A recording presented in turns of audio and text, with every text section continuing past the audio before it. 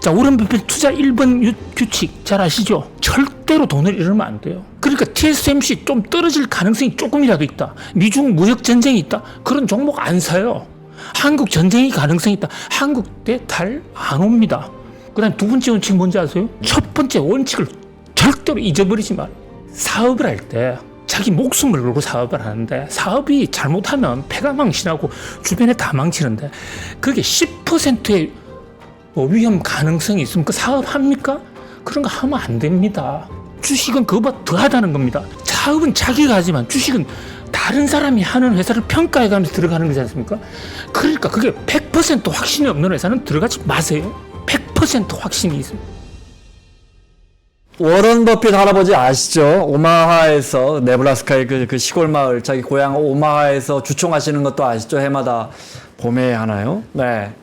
예전에 한번 이 오마하에 이제 그 주총을 하면서 주주들에게 음식도 대접하고 또 자신의 시장에 대한 뷰도 자신의 견해도 이야기하고 이런 자리에서 한번 저 소녀가 버핏에게 물어본 적이 있어요. 할아버지 저 부자가 되려면 어떻게 해야 되죠? 라고 물어봤을 때 버핏이 그랬다는 거 아니에요? 아가 저 살면서 빚내지 마라 라고 답했다는 거 아니에요?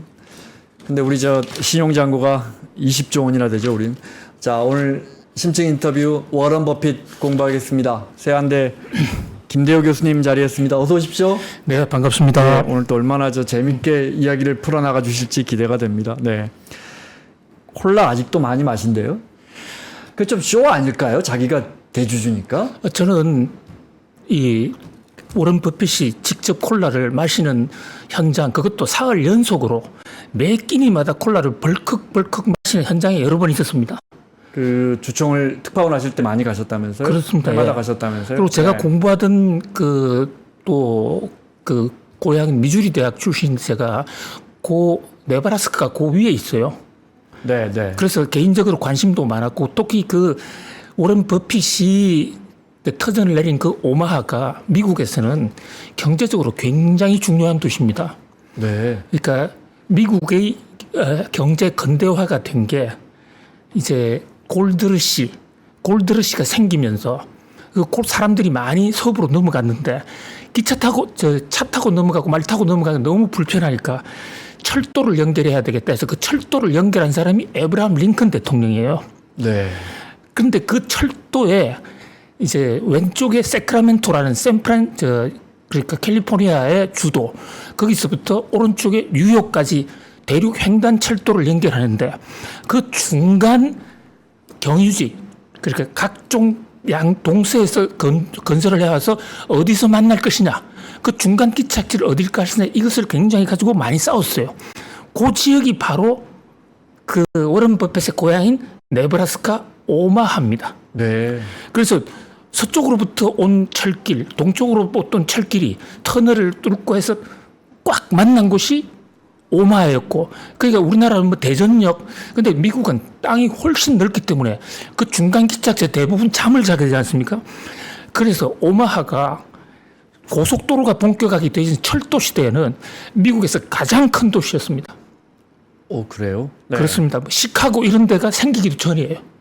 엄청나게 큰 도시였고, 거기서 워런 버핏은 아버지, 할아버지로부터 장사하는 기법을 많이 배웠고, 지금도 네브라스카 오마하에 가면 그 흔적들, 그러니까 한때 미국 경제의 교통중심지였다라는 흔적들이 많이 남아있는, 대단히 프라이드가 있는, 그래서 우리가 흔히 워런 버핏을 오마하의 현인 이러는데, 그것은 사막 한복판에 경제도시를 건설한 그 기적의 경제도시, 그런 현인이라는 뜻도 같이 갖고 있어요.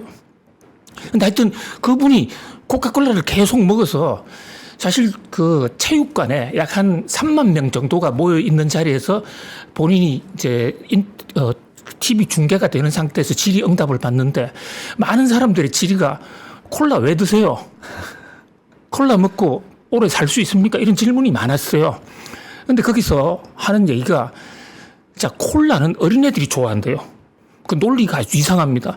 근데 어린애들은 거짓이 없고 하늘이 준 천성에 따라서 행동하는데 걔들한테 좋은 것은 사람한테 좋은 것이다. 그래서 자기는 콜라를 매일 주식으로 먹는다. 이렇게 얘기하는데 저희들은 안 믿죠. 다른 사람들 앞에서는 콜라를 많이 마시지만 혼자서는 조금만 마시고 자기가 지금 코카콜라의 최대 주주란 말입니다. 그러니까 코카콜라의 판촉 활동을 하고 있는 거다. 우리는 그렇게 봅니다. 그런 게 있을 거예요. 그렇죠? 네. 물론 뭐 콜라라는 게 마셔보면 계속 들어가긴 합니다. 약간의 중독성이 있어서. 근데 네. 콜라를 아주 어렸을 때부터 보유하지 않았어요? 젊었을 때부터? 그게요. 자기 최초의 돈을 벌어준 게 콜라예요. 네. 어릴 때 6살, 7살 때 그 오마하에 가면 골프, 칸츄리 클럽, 골프장, 퍼블릭 골프장이 있는데요. 미국 골프장은 우리 골프장하고 달라서 그늘집이란 게 없어요. 뭐 중간에 음식 파는 게 거의 없기 때문에 시골 골프장에 가면 어린이들이 물건 들고 와서 한여름에 골프장 목이 마르잖아요. 그럼 콜라를 이제 자기가 그 가게에 가서 콜라 사다가 낱개로 좀 비싸게 파는 거예요. 그걸 6살, 7살에 했다고 자기 자서전에 지금 적고 있거든요. 네. 근데 그때 자기가 팔았다고? 네. 그걸 팔았어요. 네, 그 네. 골프 치는 사람들한테. 네. 그때가 초등학교 1학년, 2학년 때요. 근데 그 가격을 자서전에 어떻게 적고 있냐면 미국이 콜라를 파는 단위가 우리는 뭐 20개, 12개 이렇게 팔때 미국은 6개짜리가 제일 많아요. 그러니까 6개짜리에 25센트 이래가지고 그 당시 팔았는데 그거를 낱개로 팔면 50센트에 팔거든요. 네. 급한 사람들, 목이 마른 사람들한테 판다. 그래서 코카콜라 하면 자기가 어릴 때부터 자기의 시드마니를 만들어준 기업. 그런 면에서 굉장히 애정이 많아요. 네. 그래서 코카콜라라는 회사를 자기가 대주주가 되기 위해서 한 방법. 보통은 성격 급한 우리들은 돈도 있겠다. 코카콜라 주식을 다 삽니다. 근데 이 양반은 코카콜라 대주주가 되기 위해서 30년 작전을 짭니다. 30년 작전을 짜서 코카콜라 주가 떨어질 때만 조금 사는 거예요. 30년 모아가지고 대주주가 됐어요. 그러니까 코카콜라 주식 산 원가가 취득 가격이 굉장히 낮은 거죠. 그러겠죠. 네. 그리고 코카콜라를 평정했죠. 그리고 지금은 코카콜라 찬양을 하면서 주가를 끌어올리고 있는 뭐 아주 그야말로 투자의 규제다. 네. 이렇게 볼 수 있습니다. 물론 버크셔 해서웨이나 뭐 유수한 기업들 수도 없이 얼마 전에 이제 애플판 이야기는 잠시 후에 또 여쭤볼 건데 코카콜라 이야기 나왔으니까 그 회사는 참 무슨 복도 있는지 이 글로벌 기업들이 정말 10년, 20년 버티기도 쉽지 않고 해마다 혁신해야 되고 근데 이 회사는 정말 그 맛 하나만 유지하면 글로벌 시장을 도대체 100년 가까이 이 회사는 레시피 보안이 가장 중요한 거라면서요.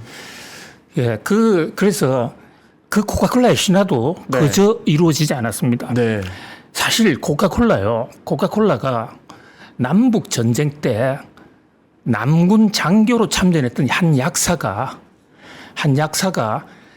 자기 몸이 너무 아파서 통증이 너무 심해서 통증 네. 치료제로 만든 거예요. 그래서 원래 아편이었습니다.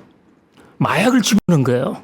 근데 지금은 마약을 빠졌는데 너무 아프니까 그때는 진통제가 없으니까 마약 먹으면 조금 낫지 않습니까? 그 레시피라는 것도 요즘 과학으로 보면 코카콜라 뭐 안에 코카인 좀 넣고 뭐 어쩌고 하는 거 거의 분석해낼 수 있을 겁니다. 그런데 어떤 행사를 하느냐면요. 자기 스스로 브랜드 가치를 높이는 거죠. 저 뉴욕에서 한번 놀란 적이 있어요. 길거리에 코카콜라 큰 병 뭐 이런 것들이 큰 차로 산타크로스하고 코카콜라의 그 색깔이 빨간색입니다. 광고 색깔. 산타크로스 색깔을 빨간색으로 만든 게 코카콜라인데요. 그 행렬이 지나가는 거예요. 이게 뭔가 했더만 레시피를 보관하는데 은행 금고라든지 이런 데 보관하는데 한 금고에서 다른 금고로 옮길 때 인파 약 한 10,000명을 동원해 가지고 그 뉴욕의 메인 스트리트를 완전히 콜라 열풍으로 사람들이 이게 뭐지? 그래서 그걸 중간에 탈취하거나 누가 가져갔을 때 그거를 찾아주면 현상금을 엄청나게 붙이는 거예요. 이런 식으로 자기 상품 가치를 높이기 위한 또 부단한 노력을 해왔다 이렇게 네. 볼 수도 있습니다. 네. 알겠습니다. 본격적으로 이야기를 좀 해보죠. 30년생이니까 며칠 있으면 만으로 예. 그죠? 44. 저하고 생일이 비슷하거든요. 네. 그래서 전 이 사람 생일을 안 잊어먹어요. 근데 이제 저도 곧 생일인데 이 사람 곧 생일입니다. 8월 30일생이다. 예. 네.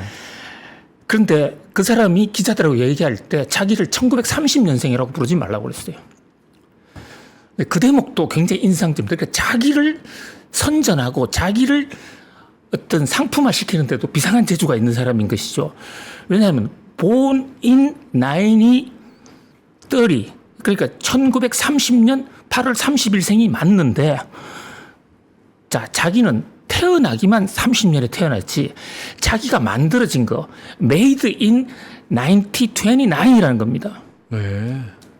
그러니까 어머니의 정자와 난자가 합쳐져 가지고 자기가 이미 생성된 거 요즘 그 어머니 몸에 있는 것도 근데 뭐 별 차이가 있습니까? 29년이나 30년이나.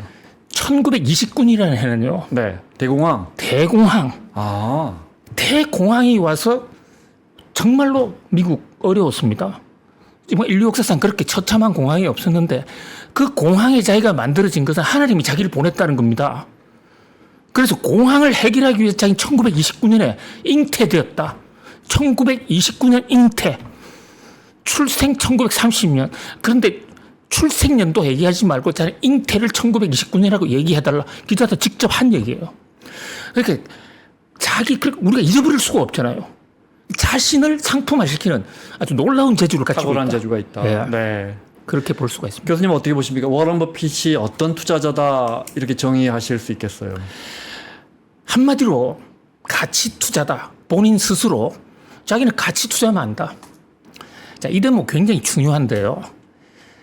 우리가 가치 투자하면 여기에 대해서 말로는 가치 투자해야 된다고 다 주장합니다. 네.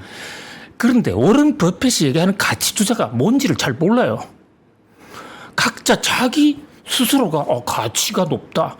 이를테면 앞으로 성장 가치가 높지 않아 가치주, 성장 가치주 막 이래 해석을 하는데 사실 워런 버핏의 가치 투자는 나름대로의 아주 깊은 이론이 있어요.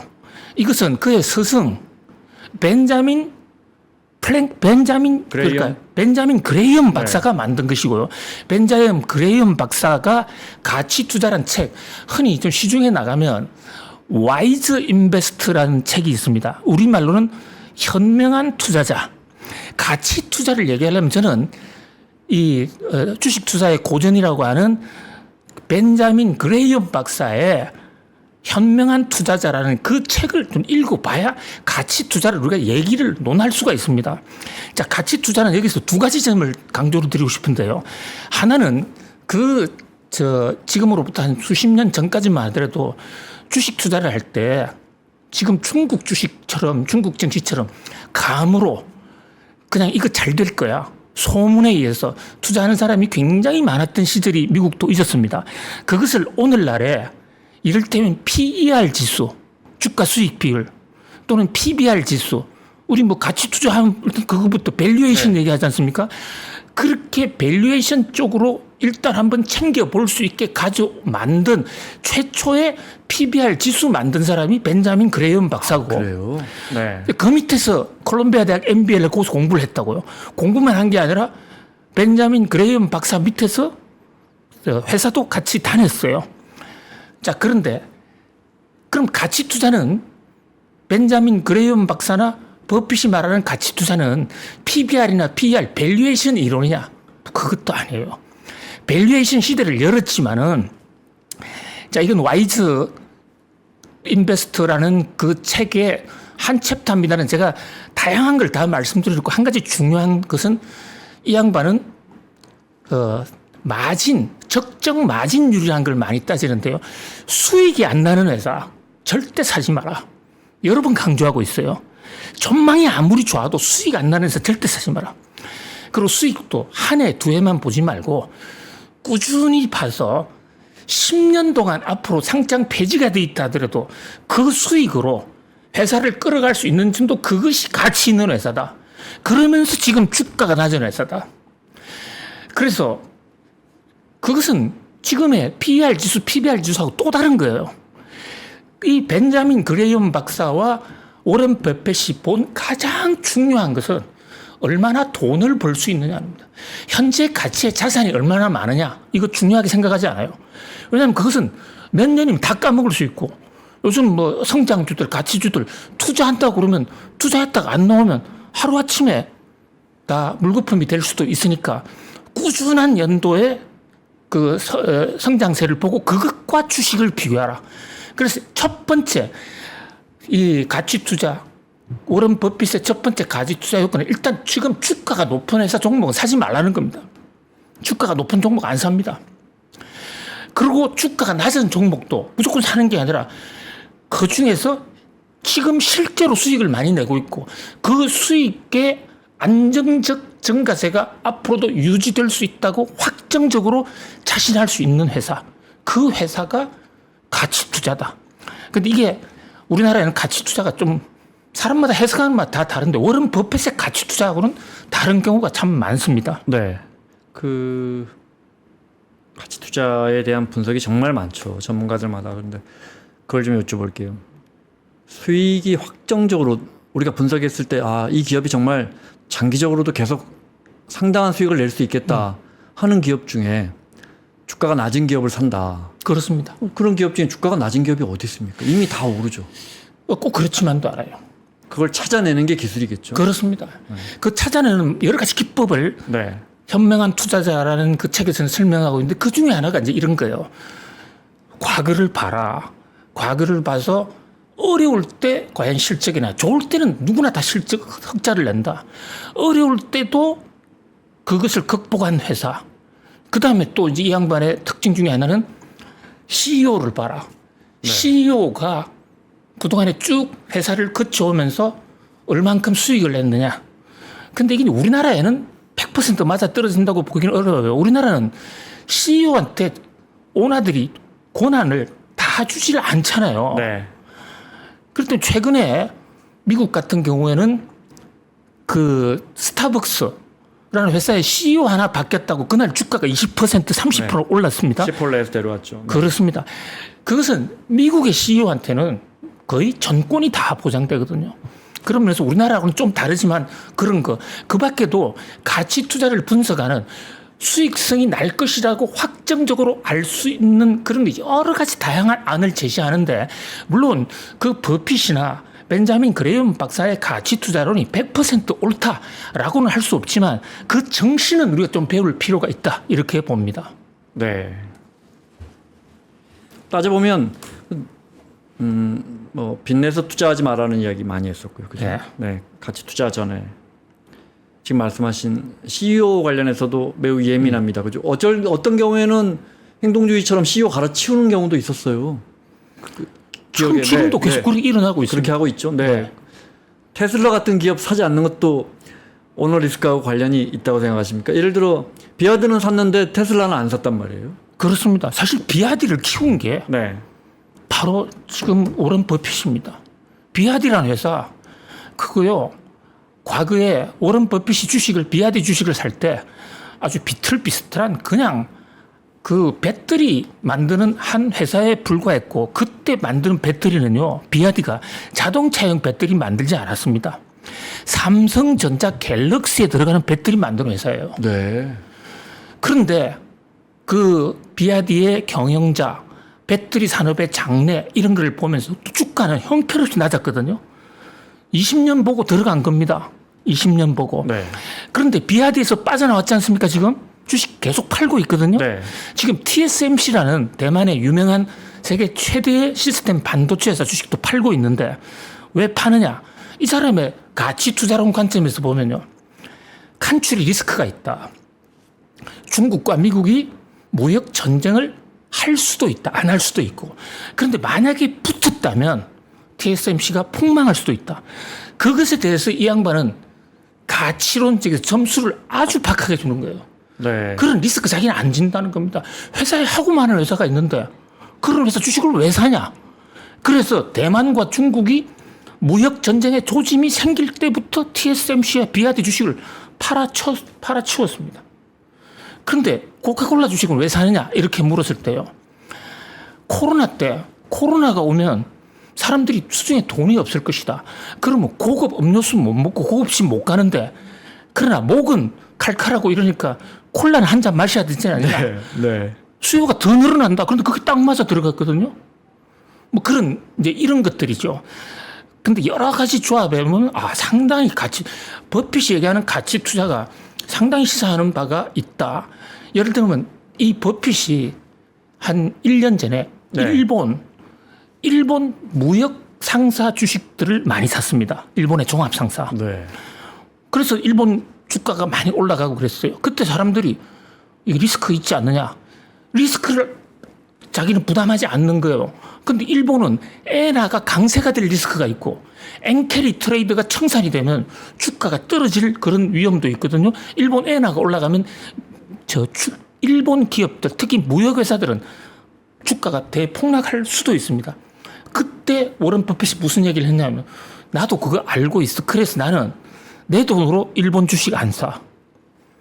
일본의 엔캐리 자금으로 일본서 대출받아서 일본서 채권 발행해 샀습니다. 그러면 일본 채권을 발행해 샀다는 얘기는 엔화가 강세가 되면 환율 해칭이 되는 거잖아요. 사실 그때 저는 일본 기업의 주식에 투자한 것보다도 엔화에 투자한 게 아닌가. 지금 보면 그 투자가 맞았잖아요. 거기다가 또 일본의 무역회사들이 어떤 종목을 많이 투자했냐면요. 우리나라 무역 상사하고는 달리 해외 자원에, 일본이 자원이 없는 나라다 보니까 해외 자원을 갖고 있는 어떤 광산 채굴권이라든지 이런 데 엄청나게 많이 투자했는데 공급망 대란이 왔을 때 그 안정적 확보에 바로 일본의 종합 상사들이 자원, 원자재 이런 걸 갖고 있기 때문에 주가가 엄청 올랐거든요. 이렇게 그 사람이 얘기하는 앞으로 수익성이 있다고 보는 것은 바로 그런 일본의 종합 상사는 자원을 하고 있지 코로나가 오지 그러면 자원 가격이 올라가겠지 네. 수익성이 올라갈지 이런 거 시뮬레이션까지 다 하는 겁니다. 단순하게 밸류에이션만 보고 들어가는 건 아니다. 이렇게 말씀드릴 수 있습니다.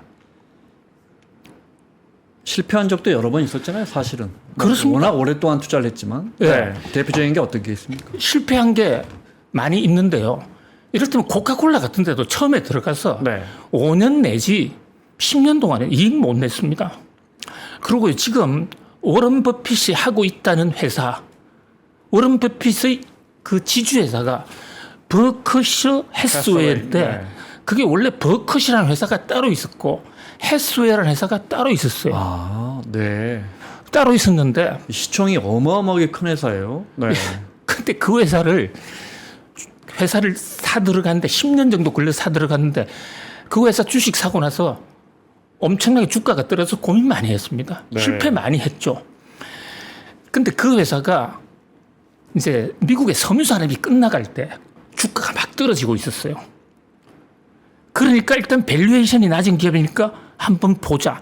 그런데 그 섬유 산업 중에서도 이 회사들이 뭘 했냐면 낙하산 같은데 서는 끈 네. 그런 것을 만드는 업무를 했는데 이게 전쟁이 일어나면 효과가 있겠다. 그러니까 베트남 전쟁 엄청나게 많이 팔아먹습니다. 그 섬유 회사를 사가지고 그거만 남겨놓고 회사를 공중분해시키고 지금은 홀딩 컴퍼니 주식 투자 회사로 전신을 한 거예요. 네. 그러니까 이 양반의 전략은 20년, 30년을 내다보고 있기 때문에 초창기에 투자는 다 실패했어요. 근데 엄청나게 오래 갖고 있거든요. 네. 오래 갖고 있는데 이 양반의 투자 전략에 또 하나 그 유명한 얘기가 우리 성경 창세기에 보면 가장 오래 산 성경에서 가장 오래 산 인물 뭐 교회 다니시는 분들은 대부분 아실 거예요. 머두셀라라는 사람이 있습니다. 머두셀라. 네. 머두셀라 투자 기법이고 자, 투자 기법을 하나만 얘기해 주세요. 이러면 머두셀라 스트래티지 이렇게 얘기를 해요. 저도 머두셀라가 뭔지 잘 몰랐어요. 네. 저는 성경을 좀 읽었지만 발음이 달라서. 근데 찾아보니까 우리 노아의 방주 아시잖아요. 그 노아의 방주를 만들었던 사람이 노아가 아니고 노아 할아버지 머두셀라예요. 근데 이 사람이 머두셀라가 성경 기록에 따르면 969년을 살았어요. 가장 오래 살았습니다. 하나님이 이런 얘기를 합니다. 모두셀라가 오래 산다는 그런 뜻도 갖고 있는데 의인들이 다 죽고 나면 내가 썰어버릴 것이다. 근데 마지막 의인이었는데요. 이제 하나님 얘기를 듣고 노아의 방주, 그러니까 그 방주 대홍수가 올 테니까 거기 들어가야 된다고 노아한테 얘기를 해주는 겁니다. 여기서 버핏이 얘기하는 모두셀라 스트래티지라는 것은 모두셀라가 인생을 성공한 것은 969년을 살고 노아의 방주를 만들었다는 거예요. 그러니까 투자하려면 969년 정도는 봐야 된다는 겁니다. 장기 투자하라 이 얘기를. 그래서 정작 워런 버핏이 최근까지요, 거의 한 30, 그러니까 그의 나이 지금 올해로 95세가 되는데 60세 되기 전에는 별 볼 일 없는 사람이었어요. 근데 우리는 그의 생애 최근의 30년만 보잖아요. 그렇죠. 네. 그때는 이제 투자가 막 성공하고 있는 결실을 거두고 있는 시점이었는데 초기 단계에서 실패도 많이 했고요. 자, 지금도 이 양반이 이럽니다. 95세인데 은퇴하지 않습니까? 그러니까 모두셀라가 몇 살까지 살았나를 팔아. 나 아직 때가 안 됐어. 이렇게 얘기하고 있거든요. 꼭 오래 살겠다는 그뿐만 아니라 길게 봐야 된다는 겁니다. 네. 그리고 주가가 조금 올라간다고 팔아도 안 되고 주가가 조금 떨어진다고 봐야 되는 게 아니라 자기가 한 주식을 사면 그 전 주식의 30년을 분석하고 그 창업자들의 30년 인생 행적, 그 사람의 말까지 다 분석해야 된다. 그래서 굉장히 깊이 있게 들어갑니다. 참고로 워런 버핏의 아버지가 주식 중개인이었습니다. 그래요. 네. 하워드 버핏인데 그 정치인 아니었어요? 예, 정치인 잘 아시네요. 정치인인데 원래는 주식을 해서 돈을 벌었어요. 아, 네. 주식을 해서 돈을 벌었는데 그 오마하에 경제가 한때 미국의 대륙 횡단철도 중개지로서 막 발전했을 때 정권 시장은 뉴욕에 있는데 뉴욕에 있는 정권 시장에 주식 팔아주고 하는데 워런 버핏이 거기서 이제 어린 시절을 아버지 주식 차트 그리는 작업을 10대 때부터 했어요. 그런데 그 아버지가 돈을 벌고 나서 나는 정치를 해야 되겠다 해서 공화당에 입당합니다. 그래서 그 네바라스카 하원 의원이 됩니다. 네. 그래서 자기 집이 워싱턴 DC로 옮겨요. 그러니까 그 이제 주말마다 왔다 갔다 너무 피곤하니까. 그래서 워런 버핏도 어린 나이에 워싱턴 DC 물을 많이 먹었는데 그럼에도 그래가지고 학교를 어디 갔느냐? 학교를 와튼 스쿨 경영학의 발상지 펜실바니아 대학 와튼 스쿨을 합격을 했는데 아버지가 너 그런 데 다니지 마. 거기 다녀봐야 아무 쓸데도 없어. 내 후계를 되려면 고향에서 인기가 있어야 돼. 그래서 자기 아버지가 네브라스카 출신이거든요. 표를 얻으려면 그래서 원래 아버지는 워런 버핏을 국회의원 시키려고 그랬어요. 국회의원 하기 위해서는 네브라스카를 가야 돼. 그래가지고 그 인류 와튼 스쿨을 그만두고 지방대학 네브라스카로 가요. 그런데 나중에 워런 버핏이 이런 얘기를 합니다. 국회의원이 되는 것은 국민들의 지지를 받는 건데 그게 똑같아. 주식이 잘 되려면 투자자들의 지지를 받아야 되잖아요. 네. 딱 하나 다른 것은 국회의원이 되기 위해서는 개나 고동이나 가리지 말고 모든 사람의 지지를 받아야 되는데 주식 투자는 돈 있는 주식 권리, 의결권이 있는 사람의 지지를 받아야 된다. 그래 이게 더 쉽다. 그것이 워런 버핏의 얘기이기도 합니다. 네. 장기 투자 정말 뭐 수십 년 기본으로 했는데 최근 몇 년 사이 보면 엔비디아나 TSMC 파는 거 보면 과거처럼 그렇게 10년, 20년씩 가져가지는 않습니다. 그렇죠? 그렇습니다. 기술로 넘어오면서 아무래도 조금 빨라지는 것 같아요. 예, 그런데 이 대목에 있어요. 네. 지금도 그 코카콜라라든지 또는 그 게이코 보험회사 주식이라든지 뭐 그 밖에도 또 포트폴리오 보면 아메리칸 익스프레스 네. 이것은 아메리카드. 네. 본인이 저 총각 때부터 갖고 있는 주식이거든요. 그거 계속 갖고 있어요. 아직도 안 팔고 있는 주식들 많습니다. 그런데 기술주에서는 자기가 기자들한테 여러 번 털어놓은 적이 있습니다. 자기는 겁난다.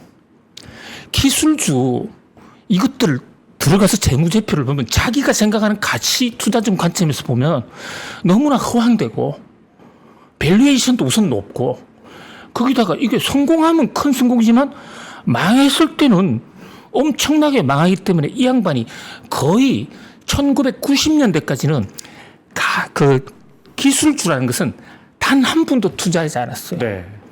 그런데 기술주 투자한 것은 사실은 먼 겁니다. 찰리 먼거. 작년에 돌아가신. 예, 작년에. 그 찰리 먼거가 오런 버핏보다 조금 선배예요. 네. 근데 어디 선배냐면요. 어릴 때 자기 할아버지 집에 할아버지가 식료품 좀 했는데 거기서 물건 포장하던 아르바이트를 했는데 찰리 먼거도 그때 같이 아르바이트를 했는데. 그래요? 두 분이 거의 그럼 90년을 같이 했네요. 그렇습니다. 근데 찰리 먼거가 기술에 대해서 공과대학을 나와가지고 기술에 대해서 굉장히 식견이 있단 말이죠. 네. 찰리 먼거 애플 사라 해서. 그래서 제가 특파원 할 때 이 양반이 애플 주식을 샀는데 그때 너무너무 쇼크였습니다. 자, 버핏이 이제 IT 주식을 샀다? 버핏은 돌다리 두르고도 안 건너가는 게 90%거든요. 버핏이 IT를 샀으면 IT가 이제 될 거야.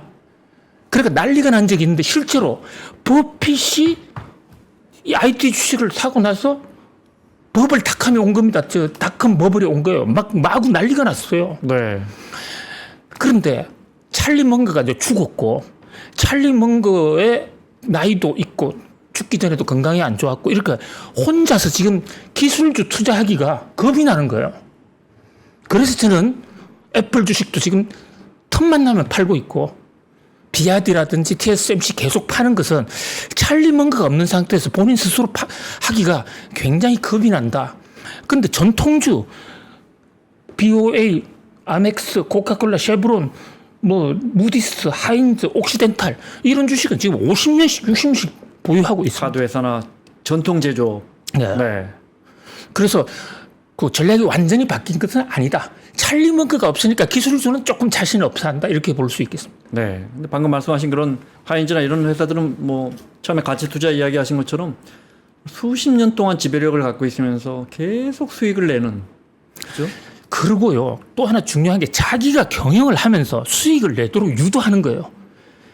그렇게 자기가 그렇게 기술주를 못하는 이유 중에 하나가 뭐 엔비디아의 GPU의 장래가 어떻게 생긴 그 자기가 알 수가 없잖아요.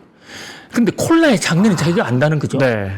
그래서 CEO 정하고 이럴 때 자기가 직접 경영은 안 하지만 사람을 팠고요. 보험 카드 이런 거 잘 알거든요. 그렇습니다. 네. 특히 보험 전문가예요. 네. 그리고 이 양반이 게이코 보험을 왜 보험을 했느냐? 그것도 본인의 그 스토리 또 기자회견을 통해서 얘기한 게 있는데 보험 자산이요. 자기는 보험 자산, 보험만 생각하면 입이 그냥 다물어지지 않고 너무 행보가 돼요. 왜냐하면 보험에 가입하는데 사람들은 보통 일반 상품은 돈을 내고 물건을 가져가잖아요. 네. 그러니까 돈 돌아봤자 물건을 줘야 되니까 오너 입장에서는 별로 남는 게 없어요. 근데 보험은 완전히 남는다는 거예요.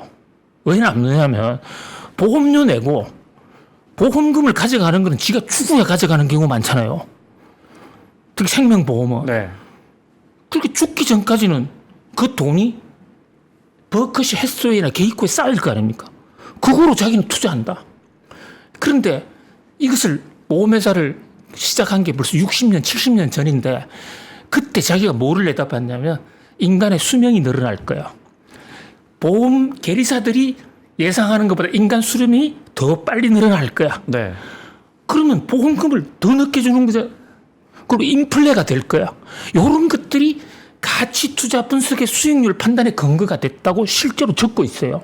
아무래도 본인이 수십 년간 잘 알던 산업이 있고 이제 기술주들이 그러니까 되게 쉽게 접근하지 못했고 그래서 애플 같은 것도 사실 본격적으로 산 게 2010년 중반, 2015년 이렇게 들어가서 제 기억에 머스크가 언제 그 스위스 캔디 그 캔디 갖고 있어서 설탕물 언제까지 설탕 팔 것이냐 뭐 이런 머스크가 자기네 회사는 안 사주니까 예 이런 논쟁했던 기억도 있고 늦게 들어갔고 보수적이었지만 또 팔기도 수익을 많이 어쨌든 늦게 들어갔지만 수익은 기술주에서 막대한 수익을 올렸어요. 애플 때문에 네.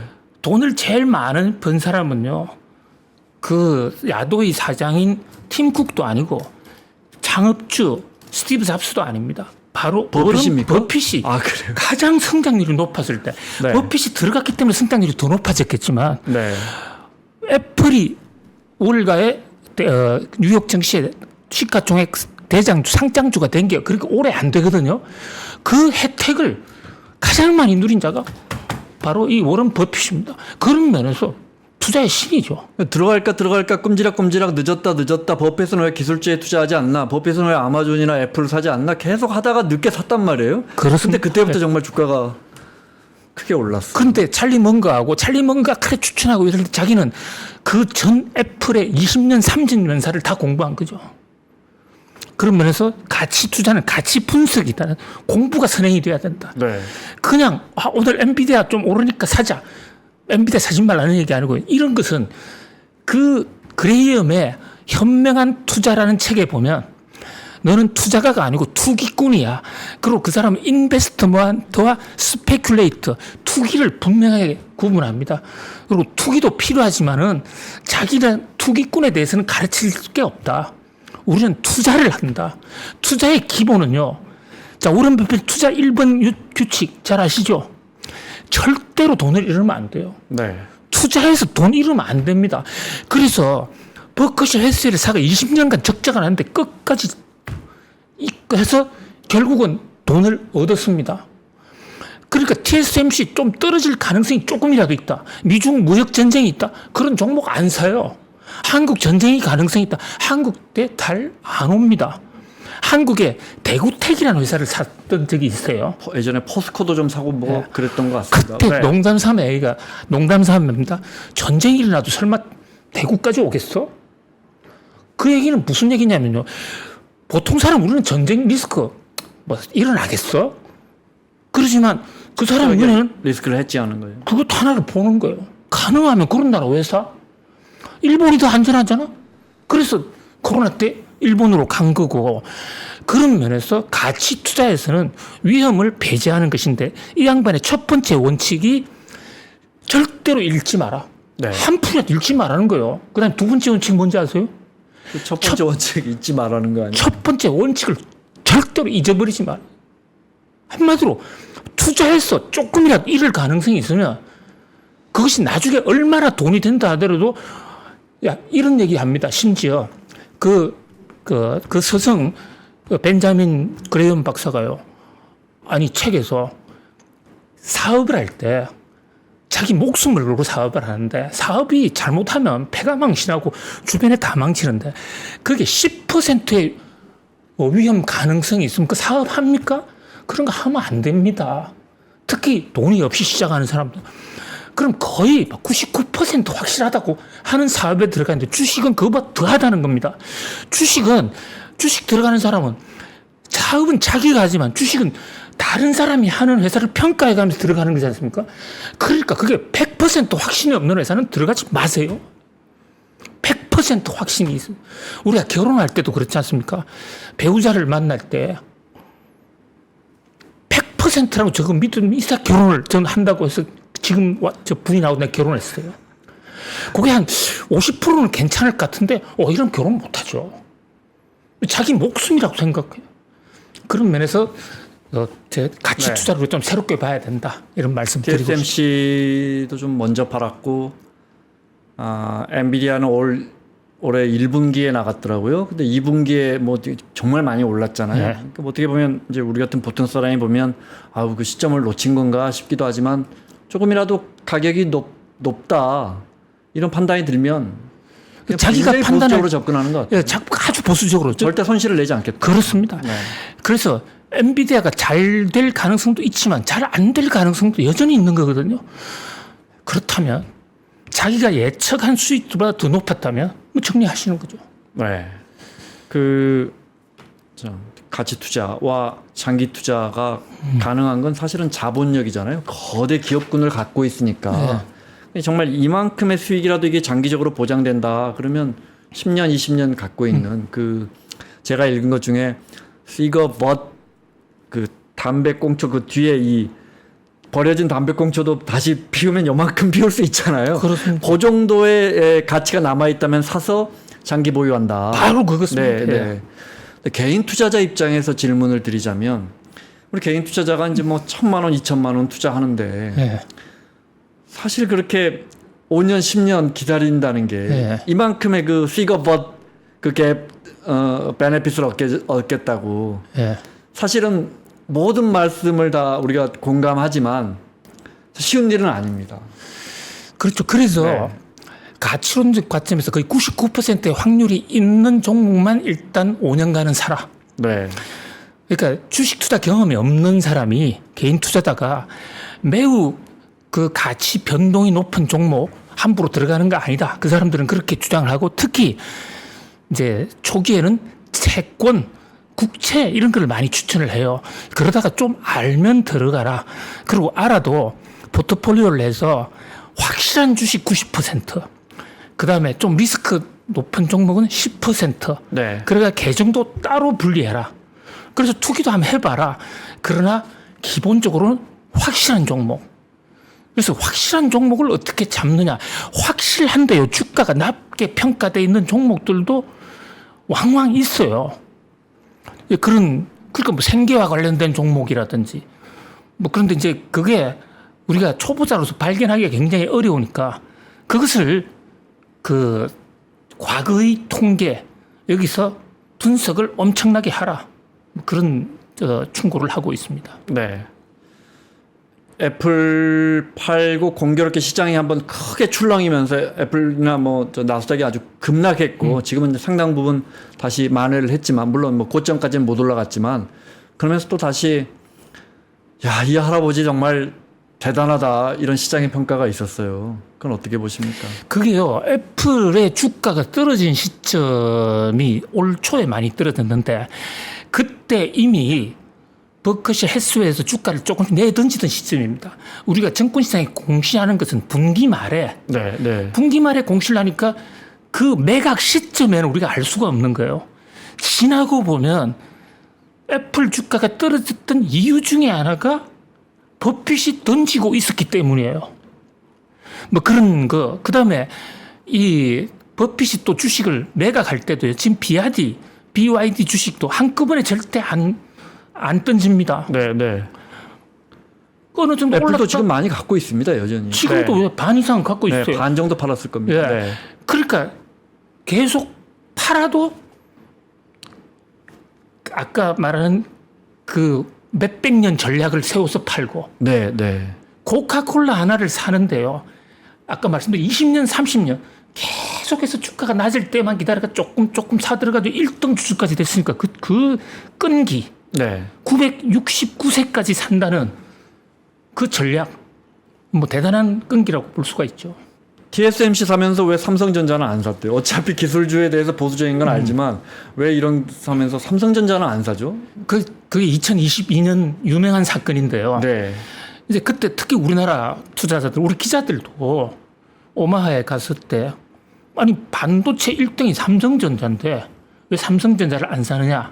그 당시는 워런 버핏이 구체적인 답을 안 줬습니다. 지금도 그 얘기에서 워런 버핏이 그렇게 개별적인 사안에 대해서 시시콜콜하게 얘기를 자주 하는 경우는 없는데 이제 분석가들의 역추적을 통해서 나온 분석에 대해서 워런 버핏이 부인하지 않은 얘기 중에 하나가 자, 몇 가지가 있습니다.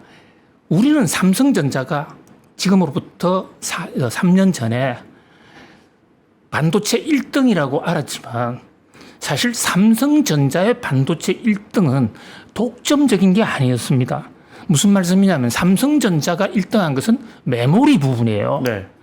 그런데 메모리는 마이크론도 경쟁을 하고 있었고 일본의 도시바도 있었고 중국이 많이 따라오고 있습니다. 중국에 지금 YMTC라든지 이런 회사들 많이 따라온 게 삼성전자가 1등이긴 한데 경쟁이 워낙 많아가지고 가격 변동에 따라서 이 반도체 경기가 최근에도 겪었지 않습니까? 오를 때는 엄청나게 오르지만 또 삼성전자 작년에 적자였습니다. 반도체 네. 부분. 그러니까 이런 것을 놓고 볼 때 워런 버핏이 볼 때는 이런 회사는 위험성이 있고 또 돈도 벌 가능성이 있지만 이것은 가치 투자 입장에서 살 수 있는 기업이 아니죠. TSMC는 왜 그러냐면 TSMC는 스스로 투자하는 기업이 아닙니다. 하청업체지 않습니까? 퀄컴이나 이런 데가 설계해가지고 거기에 100% 사간다는 조건으로 만들어주는 회사인데 위험 부담이 없는 겁니다.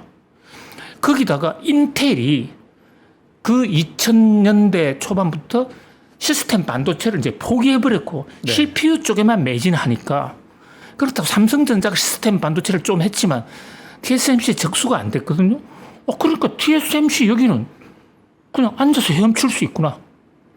그리고 이게 본격적으로 미중 무역 마찰도 없었고 그래서 들어갔고 그 전략이 성공하지 않았습니까?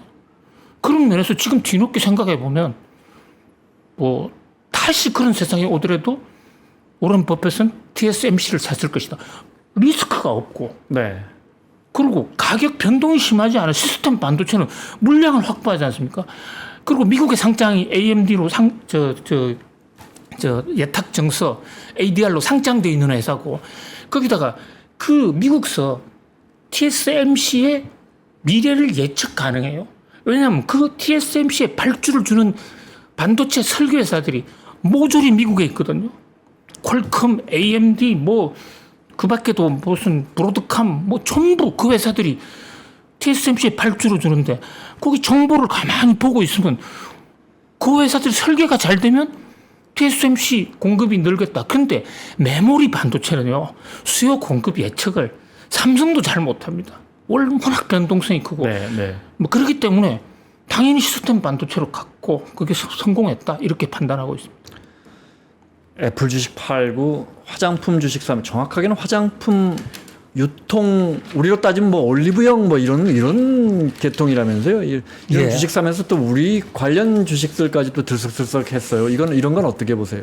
예, 사실 저보고 그렇다고 바로 저 버핏이 투자한 이런 회사들과 비슷한 업종에 따라가는 건 절대 정답은 아닌 것 같아요. 네. 예, 그래서 제가 사실 저를 이것 때문에 부르지 않았느냐. 지금부터가 좀 메인 토픽이 아닌가. 오런 버핏이 갑자기 2분기 말에 두 회사 주식을 샀다. 네. 이래가지고 난리가 났는데 이제 두 회사 하나는 울타 뷰티. 울타라는 게 울트라의 약자인데 뭐 울트라 아름다운 울타 뷰티라는 회사. 화장품 회사라기보다 화장품 판매 회사예요. 그 다음에 이제 헤이코라는 회사. 근데 우선 이 두 회사 주식을 대량으로 산 게 아닙니다. 찔끔 샀어요. 헤이코는 0.07%, 울타 뷰티는 0.1%, 69만 주 샀습니다. 경영권을 장악할 수준도 아니고 사실 지분 비율로 보면 애플 같은 경우는 우리가 지금 뭐 30%까지 한때 버크셔 지분에서 올라가기도 했는데 이렇게 미비하거든요. 그런데 이제 아까 얘기한 대로 버핏의 가치 투자 전략 거기다가 969년을 올라갈 때까지 그다음에 버핏이 사면 다른 사람들이 올라간다고 생각하기 때문에 올라갈 것이다. 그리고 버핏은 애플을 살 때도 또 코카콜라를 살 때도 한꺼번에 많이 안 샀거든요. 조금 사들어갔으니까 이것을 사들어가는 시작이 아니겠느냐. 네. 이렇게 해석을 하면 이 회사 주가 뜰 가능성은 있는 거예요. 그런데 적어도 지금까지 놓고 보면 한국의 반응은 좀 해도 좀 호들갑이다. 그러니까요. 네. 이렇게 볼 수가 있고요. 자, 그 다음에 울타 뷰티 같은 회사가 왜 샀느냐. 저는 가치 투자론적 관점에서 지금 너무 싸거든요. 지난번에 올 2월 달 그 1분기 실적 나왔을 때 네. 아주 주가가 대폭락을 했어요. 왜 폭락했냐면 영업이익 실적이 막 급전직하였거든요. 근데 코로나 때 화장품 판매업이 코로나 때 안 되니까 워낙 나빴다가 코로나 엔데믹 이제 끝나니까 지지난해 같은 데는 성장률이 60% 70% 왔다가 그 효과가 끝나고 나니까 완전히 어닝 쇼크가 와서 주가가 떨어졌어요. 그 상황에서 들어갔거든요. 그러면 이 양반의 전략은 제가 판단할 때는 그렇습니다. 이것은 생각보다 너무 낮다. 자기가 생각한 거. 네. 그러니까 일단 저평가되어 있다라는 그런 가치 분석론의 1차를 통과한 거예요. 이건 너무 낮잖아. 본인의 기본 원칙 그 매뉴얼대로 산 거네요, 그냥. 일단 네. 필요 조건 하나를 충족한 거죠. 네. 그런데 이제 필요 충분 조건이 되려면 일단은 주가가 낮다는 것은 필요 조건을 만족했는데 가치 투자론 쪽에서 충분 조건, 필요 조건은 가격이 낮다는 거지만 충분 조건은 뭐냐 앞으로 수익이 좋아야 되는데 최근에 어떤 일이 있었냐면 여기 미국에 우리 앵커님도 미국에 살아보셨지 않습니까? 미국에 살면 가장 많이 가게 되는 데가 이제 월마트 또는 동네에 있으면 타깃이라는 음식 할인점이죠. 잡화점이죠. 좀 비교적 중상류층이 타깃을 많이 가는데 타깃이 최근에 이 울터 뷰티를 하고 제휴를 맺었어요. 그래서 타깃에 가면 그 울터 뷰티 코너가 있고 거기에서 물건을 살 수 있는데 이게 상당한 시너지가 있다고 버핏은 본 거예요. 그리고 요즘 미국의 많은 이제 소비자들이 지금 미국 경기 뭐 좋다 나쁘다 여러 가지 있는데 월마트라든지 타깃 같은 데는 잘 되고 있거든요. 네. 거기 사람들이 그동안에는 아마존에 막 갔다가 코로나 이제 엔데믹이 되니까 다시 가게로 좀 돌아오고 있어요. 그런데 이 전략 중에 하나가 울타 뷰티 전략이 우리나라 올리브영하고 다른 것 중에 하나는 올리브영이 울타 뷰티를 많이 전 참고했다고 봐요. 훨씬 먼저 생긴 회사거든요. 그런데 이 회사의 가장 큰 장점은 제가 살던 미국 동네에도 울타 뷰티가 있었어요. 그 가면 미용실이 있습니다. 그냥 거기 가면 미용을 하고 나올 수가 있어요. 실험도 해볼 수가 있고.